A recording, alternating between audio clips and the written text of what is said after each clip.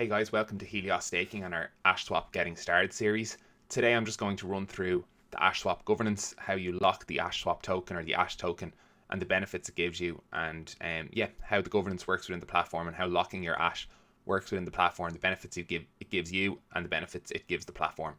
So the first thing you're going to need to do is obviously have some Ash. I have some Ash here and just swapped it there a minute ago.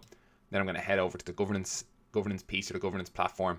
And this is going to give you the stats that are going on in AshSwap at the moment. It tells you the APR of locking up your AshSwap. So obviously you capture a certain amount of trading fees from the platform. And this is just telling you the APR of the value of Ash that you have locked in the platform. This is the APR based on that value that you capture in trading fees. Here is the percentage of total Ash locked in the platform at any one moment. So we see 17% of Ash is locked into Vhash. And this is just telling us total staked Ash and the total Vhash. So you'll see the staked Ash and the Vhash is different. That's because as time goes by, the value of staked Ash or Vhash degrades a little bit, and the utility it gives you within the platform and the governance and power it holds within the platform just deteriorates a little bit over time until the end of your lock period. You can reboost this similar to the energy on the X exchange by relocking your Ash into Vhash at any moment, but obviously it's going to take you a little bit longer to get it back at the end of the lock period. Over here on the left as well, you'll see you capture a certain amount of the fees, as we talked about in APR, paid in stablecoins. And also we see here, if I had Ash staked, this would show me the amount of Ash I had staked, and it would show me the amount of that Ash that was locked in Vhash. So I'm just going to go ahead and stake some Ash, maybe 200 Ash. I'm only going to lock it for a short amount of time. I'm going to lock it for 7 days. And this is showing the shorter period that I lock up my AshSwap for, the less Vhash I get, up until the maximum period of 4 years where you get the maximum value from the amount of Ash that you lock up. So that's ultimately it. I'm going to lock it for 7 days, confirm that transaction,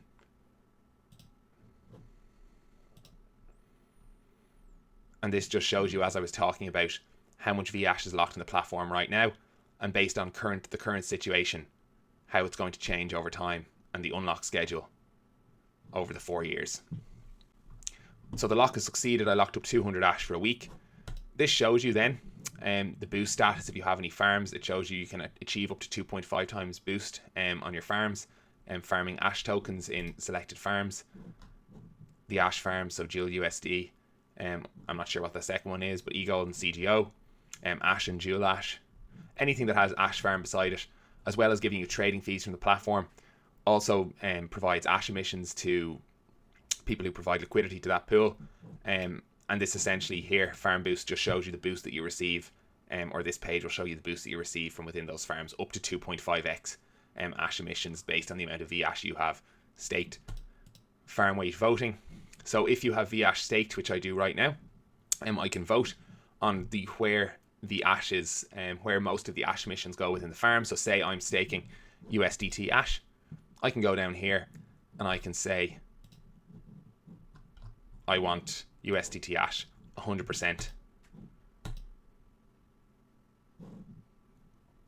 And that's going then. I'm voting for all the rewards to go to the USDT Ash farm if I had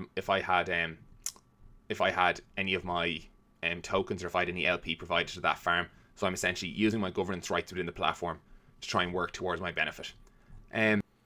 Bribe again is another unique feature where projects, tokens can provide certain incentives for people to vote for certain farms to get more Ash rewards, to help more liquidity be provided to those pairs.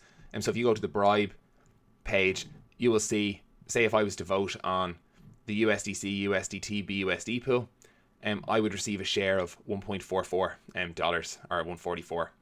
It's not a huge amount, but essentially we can see over time how as new tokens are launched on MultiversX within the DeFi ecosystem, if they want to bring liquidity to their tokens and liquidity to the ecosystem as a whole, they can provide bribes to incentivize people to, or to allow the AshSwap, people who govern the AshSwap platform, to direct more of the Ash emissions to those liquidity pools, therefore incentivizing users, holders, people who are within MultiversX DeFi to provide more liquidity to those pools, therefore strengthening the holdings of those projects and strengthening the liquidity pool of those tokens.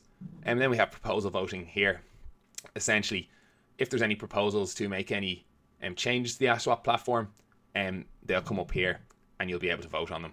And your governance power will be in direct relation to the proportion of staked Ash that you have. So hopefully this short introduction to vAsh and the governance power that vAsh gives you within the platform and the power vAsh holds within the AshSwap platform was useful. Any comments, any questions, just drop them below and I'll be sure to try and get back and answer them. Otherwise, have a great day, guys, and talk again soon.